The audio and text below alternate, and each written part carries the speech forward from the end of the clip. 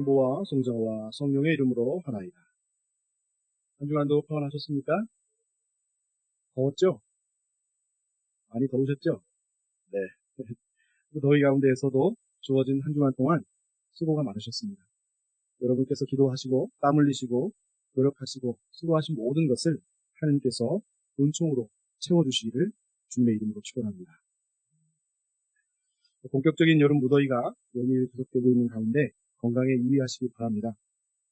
여름에 감기 걸리는 대책이 없습니다. 감기도 또 오래 가요. 지금도 계속 기침을 하잖아요, 제가. 그래서 걱정입니다. 우리는 연중 시기를 보내고 있죠. 일상 속에서 어떻게 그리스도인으로 살아갈 수 있을지 이것을 결단하고 실천하고 살아가는 시간을 연중주일로 보내고 있습니다. 예수님께서 이 땅에 오셔서 공생의 기간 동안에 사람들에게 가르치셨던 그 가르침의 핵심 내용은 무엇일까요? 뭐를 가르치고자 하셨을까요? 하느님은 이 땅에 사시는 동안 바로 하느님 나라, 하느님의 나라 이것을 가장 중요하게 여기셨고 그것을 가르치고자 하셨습니다. 그런데 하느님의 나라 그러면 우리는 먼저 뭘 생각하냐면 장소와 시간을 생각합니다. 하느님의 나라 그러면 장소는 저기 어딘가 하늘 어딘가에 있는 하늘나라라고 생각하고 시간은 그때가 오면 심판과 종말이 이어지겠거나 하는 생각을 먼저 탁 하게 되죠. 그런데 예수님이 하늘나라라고 말씀하신 모든 하느님의 나라는 시간과 장소의 개념이 아닙니다. 이것은 이 예수님께서 열심히 공생애 동안 설파하신 하느님의 나라는 시간과 장소는 상관이 없는 나라. 그러니까 하느님의 나라. 결국 그 나라는 누구의 것입니까? 하느님의 것. 그러니까 하느님이 주권을 가진 나라. 하느님의 그 힘과 권위에 의해서 인도되어지는 나라. 그러니까 하느님의 나라라고 하는 것을 이야기하고 있었습니다. 하느님께서 주인되고 통치하시는 나라. 그것이 하느님의 나라입니다. 그래서 여기에는 시간과 장소의 개념이 없는 거죠. 근데 우리는 하느님의 나라. 그러면 시간과 장소가 먼저 떠올라가지고 우리가 장차갈 하느님의 나라라고 생각합니다. 그래서 하느님의 나라 그러면 천당 이렇게 생각합니다. 근데 그것이 아니라는 거죠. 근데 그리스도인들에게 이 하느님의 나라가 가장 중요한 핵심 가치가 됩니다. 왜냐하면 예수님께서 이 땅에 사시는 동안 우리에게 정확하게 알려주시고자 하셨던 것이 그 중요 핵심 가치가 바로 하느님의 나라였기 때문에 그렇습니다. 성경에 등장하는 노아나 아브라함이나 모세나 엘리야나 다윗이나 이런 위대한 성경 인물들 모두가 이 삶에서 우여곡절을 다 겪으면서 훈련받았던 가장 중요한 그 핵심은 바로 이렇게 하느님의 나라를 살아가느냐라고 하는 것 때문에 하느님께서 그들을 훈련시켰다는 겁니다. 아브라함이 하느님의 명을 받아서 어디로 갑니까? 가나안 땅으로 가죠. 그런데 아브라함이 처음에 하느님의 말씀을 들었을 때 야 아브라함아 너 가나안 땅으로 가라 이런 말씀을 들었습니까? 아브라함은 그런 말씀을 들은 적이 없습니다. 아브라함에게 하느님께서 나타나셔서 뭐라고 하시냐면 너의 본토 친척 아비의 집을 떠나 내가 명하는 곳으로 가라. 그러니까 장소는 알려주셨어요? 안 알려주셨어요? 안 알려주셨어요. 그리고 여기서 중요한 건 뭡니까? 가나안 땅에 가는 게 중요한 겁니까? 여기서 중요한 것은 명령하신 분의 그 명령을 따라서 그 명령에 따라서 실천하고 순종하느냐라고 하는 여부가 여기 달려 있었던 거예요. 장소의 개념이 아니었던 거예요. 아브라함도 가장 중요하게 여겼던 것이 하느님의 명령을 그가 인도하시는 길을 따라서 살아가는 것이 엄청 중요하다고 하는 것을 알았던 것이죠. 그래서 그가 자기 멋대로 기근이 일어나니까 이야 살 길을 찾아야 한다. 그래서 자기 멋대로 어디로 내려가죠? 이집트로 내려갑니다. 그랬더니 이집트 사람들이 사라가 엄청 이뻤던 모양이에요. 그러니까 막 거기 있는 왕도 눈독을 들이죠. 아브라함이 뭐라고 하죠? 그 왕에게 내 누이입니다. 이렇게 얘기합니다. 그래서 아내를 뺏길 뻔했어요. 그때 하나님께서 나타나셔서 그 모든 것을 수습해 주십니다. 그리고 그 당신이 명령하셨던 그 명령 경계 바깥으로 나가는 것에 대해서 계속 치시고 훈련하시면서 아브라함을 그렇게 경계 바깥으로 나가지 않도록 계속 인도하시죠. 결국 이삭이 태어나고 나서야 아브라함은 하느님이 나한테 명령하신 것은 이 땅을 주시려고 하셨던 게 아니라 하느님의 명령에 따라 살아가는 삶을 주시려고 하셨구나 라고 하는 것을 알았다는 것이죠. 노아도 마찬가지고요. 엘리야도, 모세도, 다윗도 다 그 하느님의 인도하심이 무엇인지를 깨달은 사람들입니다. 성경은 그것을 우리에게 계속 알려주고 있죠. 오늘 창세기의 주인공 야곱도 오늘 그 우여곡절의 한복판에 있습니다. 베델을 경험했습니다. 하느님이 내 삶에 개입하셨구나. 그래서 하느님이 여기 내가 있는 이 자리에 사다리를 놓고 천사들을 통해서 오르락내리락 하는 이 역사를 늘 보여주셨구나 라고 하는 걸 깨달은 야곱은 이제 나머지 710km나 되는 엄청난 대장정을 갑니다. 근데 그 속에서 하느님이 인도하셔서 또 삼촌 라반을 잘 만나게 하시죠.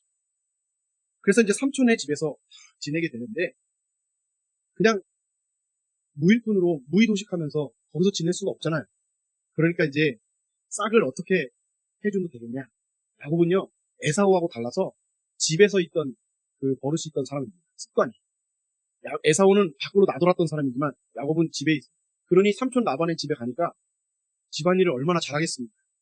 근데 삼촌이 이것을 그냥 두고 볼 수가 없으니까 이제 폰으로 수당으로 주려고 딱 생각을 하고 있었습니다. 그때 야곱이 머릿속에 번뜩 생각나는 게 있었죠. 바로 라반의 딸 레아와 라헬 중에 용모가 오늘 성경에 나오잖아요. 이쁘대요. 얼굴도 이쁘고 몸매도 좋고 막 그렇대요.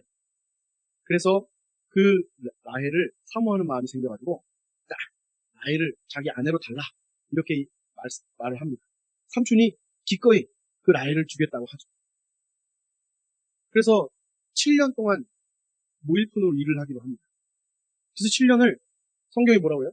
7년을 며칠처럼 느낄 정도로 열심히 일을 했다고 하죠. 얼마나 간절했으면 7년이 며칠밖에 느껴지지 않을 정도로 그렇게 일을 했겠습니다. 그냥 오며 가면서 라헬을 만나면 너 몇 년 뒤에 내 부인 될 거야. 또 막 가서 일을 하다가 5년 남았어. 이제 뭐 4년 남았어. 이러면서 얼마나 열심히 일을 했겠습니까? 삼촌 이제 7년이 다 됐습니다. 이제 라헬을 저에게 아내로 주십시오. 삼촌이 사람들을 다 모아서 잔치를 베풉니다. 7일 동안 결혼식을 합니다. 결혼식을 하고 이제 초야를 치르러 들어가서 아침에 눈을 떠보니까 웬걸 라헬이 아니라 첫째 딸 레아였던 겁니다. 얼마나 기가 막힙니까? 근데 우린 그걸 보면서 어떻게 저걸 모를 수가 있어. 성경 너무 너무 이거 그렇게 하는 거 아니야? 이렇게 생각할지 모르겠지만 그 당시에는 둘이 있었겠어요? 없었겠어요? 컴컴한데 밤에 들어가면 보였겠어요? 안 보였겠어요? 안 보였겠죠? 그냥 아침에 일어나니까 첫째 딸 레아였던 겁니다. 기가 막히고 코가 막혀가지고 삼촌한테 쫙 쫓아가가지고 이게 어떻게 된 겁니까? 속임수 하면 일가견인 사람 누굽니까? 야곱입니다. 그런데 그것을 야곱이 당하기 시작하죠. 그래서 7년을 더 일하면 라헬을 주겠다. 그래서 라헬까지 아내로 맞아들이면서 7년을 더, 도합 몇 년을 일한 겁니까? 14년을 일하게 됩니다. 기가 막히죠. 아마 야곱이 옛날의 야곱이었다면 삼촌이 날 속였어? 그래? 한번 내가 꾀를 한번 부려봐? 그러면서 자기가 받은 그 속임보다 몇 갑절의 속임수를 더 썼을지 모릅니다. 근데 이걸 끝이 아닙니다. 야곱은 그 뒤에도 라반이 10번이나 더 속입니다. 그 목축을 하는 이 목동의 일을 해가면서 속이고 빼앗고 하면서 10번 넘게 그 속임을 그냥 당합니다. 야곱이 원래 그런 사람이 아니었지 않습니까? 어떻게 해서 바뀌었죠? 야곱은 베델을 경험했습니다. 그래서 나중에 이 삼촌을 떠나려고 그 자기가 그 목축을 하고 있는 그 땅에 그 레아와 라헬을 불러서 이렇게 이제 우리 도망가자 이제 이렇게 얘기를 하면서 할 때 뭐라고 그 두 부인에게 야곱이 얘기하냐면 이렇게 얘기합니다. 내 아버지의 하느님께서 그러니까 나의 하느님 할아버지로부터 아버지께로 아버지로부터 나에게까지 이어지는 그 하느님께서 내 곁을 한 번도 떠나신 적이 없었다라고 이 두 부인에게 그렇게 이야기합니다. 그러니까 14년 넘는 시절 동안에 야곱이 견딜 수 있었던 것은 하느님께서 내 곁을 떠나지 않으신다고 하는 이 강력한 믿음이 있었기 때문에 그 안에서 훈련되었던, 어떠한 속임수가 나를 속이려고 하고 부당한 대우를 받고 억울한 일이 나에게 생겨도 하느님께서 나와 함께 계신다고 하는 것을 인정할 때 나머지는 하느님이 채워주실 거라고 하는 것에 대해서 믿음이 있었던 것이죠. 바로 야곱이 이 훈련되어지는 과정 속에서 속고 속이는 세상살이 같은 그 한복판에서 하느님의 나라를 살아가는 모습을 보여주고 있는 것이죠.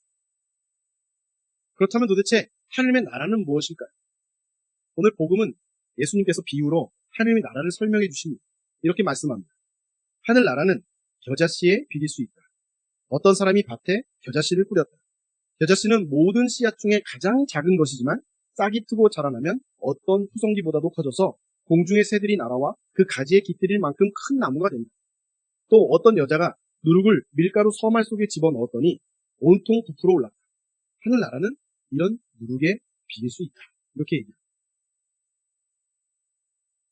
예수님께서 말씀하신 하느님의 나라에 두 가지 특징이 있다고 하는 것을 보여줍니다.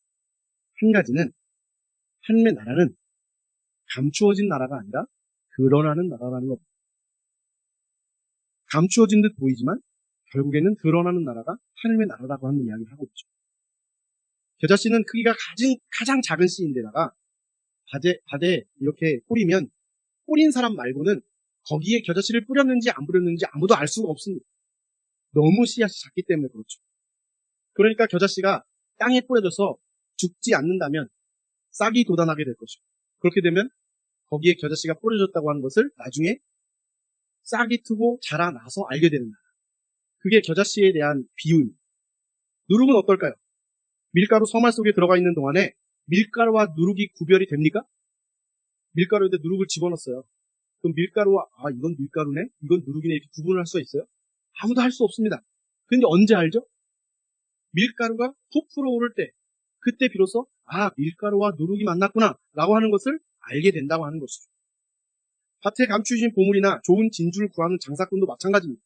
어떤 사람에게는 평범한 밭이고 별 볼 일 없는 돌멩이처럼 보일지 모르겠지만 그 진가를 알아보는 사람에게는 보물이나 진주는 어떻게 되는 거죠?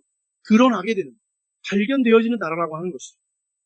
무관심한 사람들, 또 이 세상보다 가치 없이 여기는 그런 사람들에게는 철저하게 감추어진 것 같은 희미한 나라이지만 반대로 그 나라에 희망이 있는 사람들, 그 나라를 한 번이라도 살아본 경험이 있는 사람들, 그 사람들은 그 세밀한 눈으로 그 나라를 발견할 수 있다고 하는 것이죠.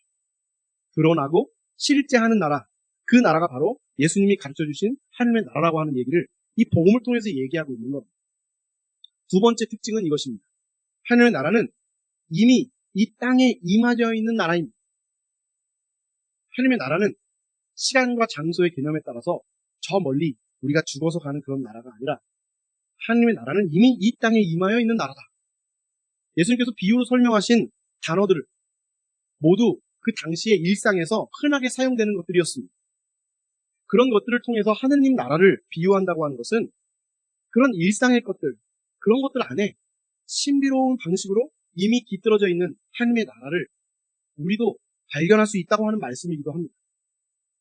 씨 하나를 심고 밀가루를 부풀리고 밭에서 일하다가 보물을 찾고 또 장사를 하며 값진 진주를 발견하고 바다에서 그물 치는 그런 일상의 삶 속을 통해서 하느님의 나라, 그러니까 하느님께서 통치하시는 나라, 그 나라가 이미 깃들어져 있다고 하는 말씀을 하고 있는 것이죠. 우리로 대입해 볼까요? 이미 하느님의 나라는 임하져 있습니다. 드러나 있습니다. 그러면 하느님의 나라를 사는 사람과 살지 못하는 사람이 있을 거 아닙니까? 살지 못하는 사람은 왜 살지 못할까요? 궁금해서 저를 보는 거죠. 내가 질문했으니까 궁금해가지고 지금 저를 보고 있는데 무슨 말씀을 할까 쳐다보고 싶고 계십니다. 그래서 하느님의 나라는 우리가 살지 못하는 가장 결정적인 이유는 주권에 있습니다. 하느님의 나라의 주인은 누구죠? 하느님이십니다. 근데 우리 그렇게 고백하면서 내 삶의 주인은 누굽니까? 여기에 대답을 못합니다. 하나님의 나라가 임해져 있고 우리가 그 나라를 살아야 하는데, 그래서 그 주인은 하나님이시라고 고백을 하면서 그 나라와 나에게 주어지는 나라가 다른 나라가 되어버렸어요. 그래서 내 삶 속에서 이어지는 내 나라는 주인이 누굽니까? 누구죠? 나 아닙니까? 하느님, 2000년 전에 일어난 일과 지금 2026년에 일어난 일이 어찌 똑같습니까? 그때는 불도 없었고 지금은 불도 있고 지금은 훨씬 살기 좋은데 그때와 지금을 동일하게 이렇게 일반화시킬 수가 있습니까? 그러니 하느님, 지금은 지혜와 지식이 훨씬 높은 그런 시대를 우리가 살고 있습니다. 그러니까 저를 도와주세요. 제가 운전할게요. 나의 인생을 내가 운전할 터이니 하느님, 저를 도와주세요. 그래서 우리의 기도가 어떻습니까? 하느님, 지혜를 주십시오. 또 내가 분별하고 판단할 수 있는 능력을 주십시오 하고 나에게 뭔가 달라고 하지 않습니까? 그래서 그 주신 것을 가지고 내가 어떻게 하겠다는 거예요? 내 삶을 내가 운전하겠다는 겁니다. 하느님의 나라입니까? 여러분, 하느님의 나라를 사는 겁니까? 명확해지는 겁니다. 여기서 하느님의 나라는 하느님이 운전하는 나라에 내가 타는 겁니다. 하느님이 인도하시는 그 자리에 내가 서 있는 겁니다. 당신이 가라 하면 가고 서라 하면 서면서 말씀을 통해서 우리에게 말씀하실 때 네가 이렇게 살아야 한다고 할 때 우리가 그 삶에 함께 동의하며 하느님의 삶 가운데 놓여있는 삶을 사는 사람, 그 사람이 하느님의 나라를 사는 사람입니다. 내가 운전해서 하느님 따라오세요 하며 살아가는 삶이 아니라 하느님 인도하십시오. 제가 그 길을 걷겠습니다. 하느님 이끌어 주십시오. 이끌어 주시는 대로 내가 그렇게 살겠습니다. 그것이 어디라고요? 그것이 어디라고요?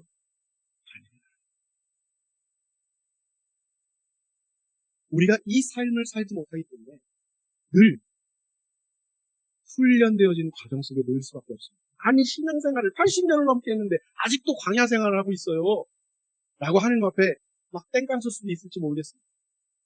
그런데요, 이스라엘 백성은요 1세대가 다 죽었습니다. 하느님이 가나안 땅을 허락하지 않으셨습니다. 왜 그러셨을까요? 가나안 땅을 주시려고 했기 때문에 그랬을까요? 아닙니다. 하느님께 순종하느냐, 하느님의 인도하심을 받으면서 사느냐, 이것이 하느님에게는 가장 중요한 의미가 되기 때문에 그렇습니다. 그렇다면 결과적으로 결론이 딱 나는 것이죠. 하느님이 우리를 인도하시지 않으십니까? 인도하시죠. 그런데 왜 우리는 승승장구하며 세상 속에서 승리하지 못하고 살까요? 이유는 드러나 있죠.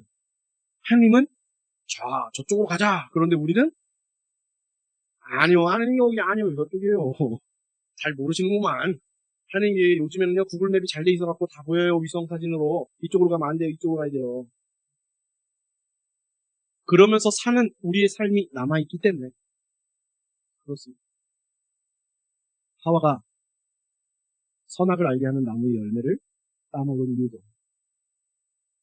카인이 자기 동생 아벨을 돌로 쳐 죽인 이유도 노아 때 노아의 8 식구 말고는 한 사람도 구원을 받지 못한 이유도 다 여기 있습니다. 여전히 하느님을 믿고 있지만 아직도 하느님만으로는 부족합니다 라면서 살아가는 우리의 삶의 모습 때문에 우리는 하느님의 나라를 경험하지, 발견하지, 깨닫지도 못하고 살아가고 있을지 모른다고 하는 것이죠. 하느님의 나라가 허구여서 그런 것도 아니고 하느님의 은총이 없기 때문도 아닙니다. 하느님 나라를 살아가는 기쁨을 모르기 때문이고 하느님 나라에 관심이 없기 때문입니다.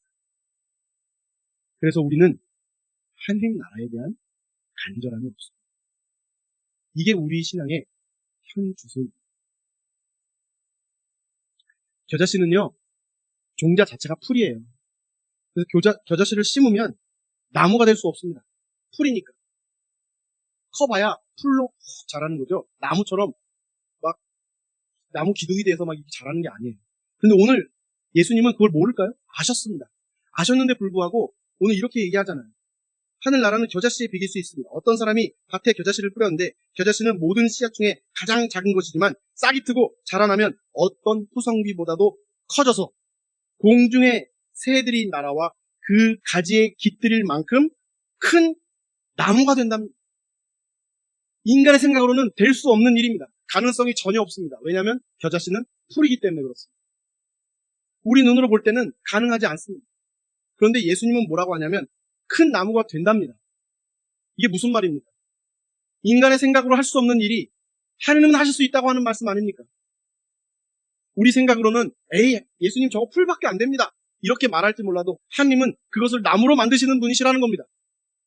내가 결단하고 하느님의 나라를 살려고 할 때 그렇게 못 산다고 하느님 앞에 내가 늘 고백할 때마다 하느님은 안 되는 게 아니야. 할 수 있다. 너 풀로만 자라는 사람이 아니야. 나무가 될 수 있어. 이렇게 말하면서 우리를 이끌어주시는 분이 누구시라고요? 하느님이십니다. 그분을 믿고 살아가는 것이 하느님의 나라를 살아가는 것이고 그분과 함께 동행하는 것이 하느님의 나라를 살아가는 것입니다. 그것을 오늘 복음을 통해서 우리에게 계속 알려주십니다. 그런데 그 가능성, 내 생각으로는 가능성이 없다고 여기면서 그것을 배제하거나 또 간장 종지만도 못한 내 마음을 바꾸지 못해가지고 오색하게 그 말씀을 그냥 지나쳐버리는 그런 우리의 모습이 있는 건 아닌가 생각해 봐야 한다고 하는 것이죠. 많은 사람들이 매우 오래전부터 교회는 이런 모습이 되어야 한다. 이렇게 바뀌어야 된다라고 목소리를 많이 냅니다. 당면한 문제들도 있죠. 우리도 시골교회 아닙니까? 주일학교? 없습니다. 중고등부? 없습니다. 청년부? 없습니다. 그러니까 사람들이 뭐라고 합니까? 그러면 교회 10년 뒤에 어떻게 합니까? 걱정하죠. 또 노령화된 교회에 대해서 걱정합니다. 그리고 세상에서 들려오는 교회의 그런 걱정들 많지 않습니까? 성직자의 청렴함이 부족하다. 성직자들이 정직하지 못하다. 교회가 기업화가 되어 있다. 하는 이야기들을 많이 하지 않습니까? 그러면서 변화해야 되고 회개해야 되고 혁신해야 됩니다. 하는 목소리를 확 냅니다. 근데 이 목소리는 언제부터 나온 이야기인 줄 아십니까? 짧게는 3, 40년 전부터 나왔던 얘기고요. 길게는 훨씬 더 오래전부터 이 이야기들이 나왔습니다. 그런데 세월이 이렇게 지나면서 변화되지 않은 이유가 무엇일까요? 대한성공회라고 하는 이 관구 단위에서 변화 혁신이 이루지 못했기 때문에 그럴까요?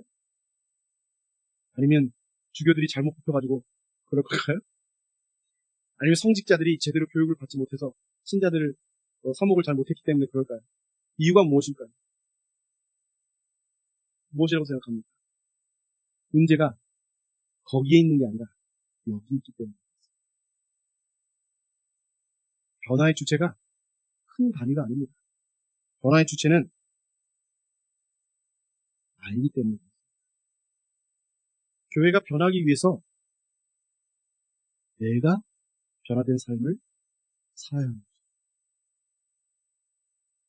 교회는 예수 그리스도를 주가 믿는 공동체입니다. 그 한 사람 한 사람이 모여서 교회를 이루게 됩니다. 그러니까 그 사람 한 사람이 하느님 나라를 살아야 우리 모두가 하느님의 나라를 살 수 있습니다. 한 사람 한 사람이 하느님의 나라를 경험하며 기쁨으로 살아야 우리가 결정하는 모든 선교적 문제들이 하느님의 입장과 인도하심을 따라갈 수가 있습니다. 변화의 주체는 누구라고요? 접니까? 교회 사제가 더 잘생기고 키도 좀 크고 아이돌처럼 생기고 막 이러면 막 선교가 되고 막 그럴 거라고 생각하십니까? 물론 그럴 거라고 생각하기도 합니다. 또 한편으로는 가끔 그런 생각을 하죠. 하느님 제가 키가 10cm만 더 컸어도 얼굴도 또 자꾸 이렇게 좀 잘생겼어도 말도 좀 잘하고 설교도 막 그 유튜브나 이런 방송에 나오는 목사님들처럼 막 하고 그러면 신자가 많이 될 텐데 그렇지 않겠습니까? 하느님 왜 저를 이렇게 딴딸만하게 잘하게 하시고 그러셨을까요? 이렇게 제가 한탄할 때가 많이 있습니다. 성직자의 문제입니까?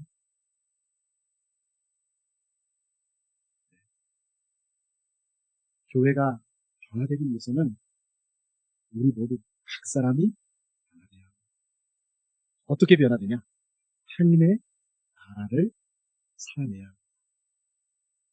그건 정말 어려운 일입니다. 왜냐하면 내 주장이 이미 가득하기 때문에 하나님의 나라를 살아갈 때마다 전쟁을 벌이게 됩니다. 하나님, 그거 아닌 것 같은데, 나 참아야 돼. 어떻게 돼. 막 이러면서 하루를 삽니다. 나도 모르게 불쑥불쑥 거짓말이 튀어나오고, 나도 모르게 욕망 덩어리인 내 모습이 그렇게 드러나고, 나도 모르게 온갖 미래를 다 구상하면서 살아갑니다.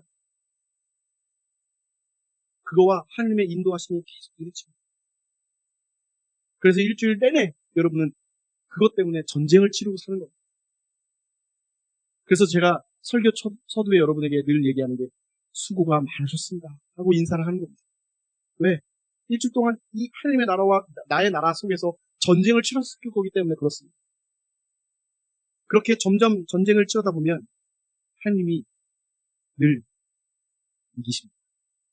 나를 그렇게 이끌고 가십니다. 내가 실패하고 넘어지고 주저앉고 다시 돌아오고 하는 일들을 반복하면서 하나님이 이기는 삶을 우리를 통해서 인도하십니다. 그때 비로소 우리는 압니다. 하나님이 이렇게 인도하셨구나. 나는 이렇게 가려고 막 했더니 하나님이 나를 인도하셔서 나를 이렇게 끌고 가십니다. 그때 돼서 기억하게 되는 것이죠. 그러니 하나님의 나라를 살아가는 가장 중요한 것은 그 일은 내가 하는 게 아니라 누가 하시는 거예요? 하나님의 나라를 살아가도록 누가 하시는 거예요? 하나님이 하십니다. 그러니 그것을 우리가 의탁하고 하나님께 모든 것을 내어드리면 된다고 하는 것이죠.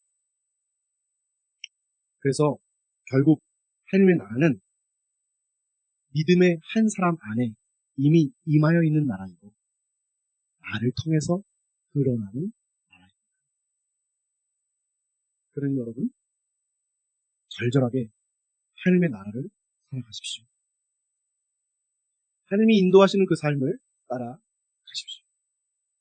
그것이 우리에게 가장 중요한 일임을 깨닫으면서 하나님 오늘도 세상에 졌습니다. 그렇지만 내일은 조금만 지게 해주십시오. 내일 모레는 조금 더 이기게 해주십시오. 그러면서 하나님의 나라를 그렇게 살아가 보십시다. 그러면 하나님께서 분명히 여러분에게 그 무한한 가능성의 하나님의 나라를 살게 하실 줄로 믿습니다.